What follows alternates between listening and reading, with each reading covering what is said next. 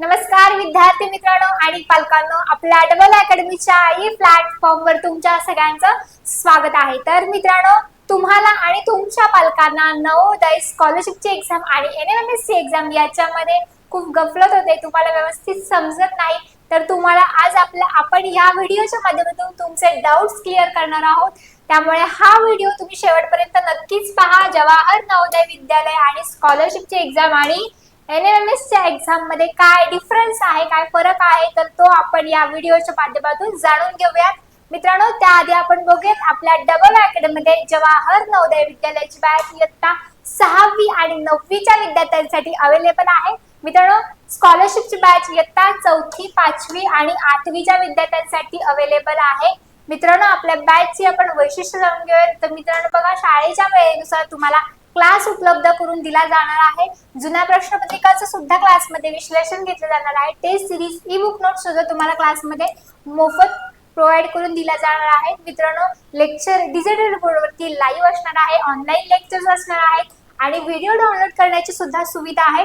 त्यामुळे तुम्ही तुमच्या वेळेमध्ये लेक्चर कितीही वेळा तुम्ही बघू शकणार आहात। मित्रांनो, तुम्हाला बॅच बद्दल अधिक माहिती हवी असेल तर या नंबरवरती संपर्क करा। 8010 45 77 60 आणि 9049353101 या नंबरवर सुद्धा तुम्ही संपर्क करू शकता। तर मित्रांनो, बघूयात आपण स्कॉलरशिपची एक्झाम नवोदय आणि एनएमएससी ह्या एक्झाम कोणकोणत्या इयत्तेसाठी होणार आहेत आणि या एक्झामचा फायदा स्टुडंट्सना कसा होणार आहे, तर ते सुद्धा आपण या व्हिडिओच्या माध्यमातून जाणून घेऊयात। तर बघा मित्रांनो, सगळ्यात पहिली आहे ती म्हणजे स्कॉलरशिपची एक्झाम शिष्यवृत्ती परीक्षा। ही महाराष्ट्र शासनाची योजना आहे। तर मित्रांनो, महाराष्ट्र राज्य परीक्षा परिषद मंडळाकडून ही एक्झाम घेतली जाते। इयत्ता 5वी आणि 8वीच्या विद्यार्थ्यांसाठी असते। मित्रांनो, 2026 मध्ये म्हणजेच आता ह्या वर्षीपासून इयत्ता 4थी आणि 7वी साठी सुद्धा स्कॉलरशिपची एक्झाम महाराष्ट्र सरकारने जाहीर केलेली आहे। इयत्ता 5वी आणि 8वीच्या विद्यार्थ्यांसाठी ही स्कॉलरशिपची एक्झाम असते आणि आता 4थी आणि 7वी साठी सुद्धा महाराष्ट्र सरकारने ही एक्झाम जाहीर केलेली आहे। मित्रांनो, ह्या एक्झाम मार्फत विद्यार्थ्यांना आर्थिक मदत देऊन, आर्थिक प्रोत्साहन देऊन विद्यार्थ्यांचं भविष्य उज्ज्वल घडवलं जातं।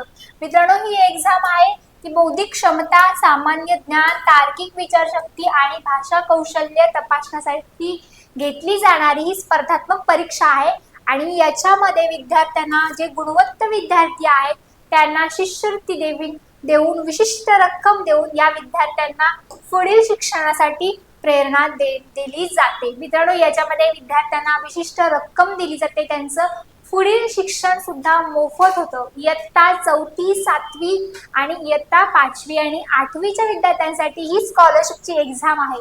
मित्रांनो, याच्यामध्ये बघा, ही कोणत्या वर्गासाठी घेतली जाते? इयत्ता 4थी, 5वी, 7वी आणि 8वी। 5वी, 7वी, 4थी आणि 8वी या विद्यार्थ्यांसाठी ही एक्झाम घेतली जाते।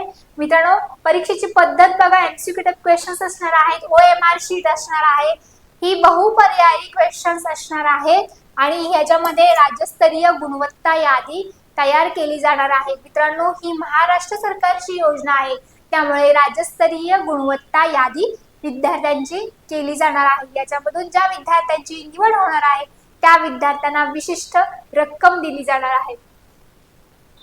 तर मित्रांनो, आपण दुसरी एक्झाम बघूया, जी नवोदय विद्यालय आहे। त्याच्यामध्ये इयत्ता 6वी ते 12वी पर्यंत शिक्षण विद्यार्थ्यांचं मोफत होतं।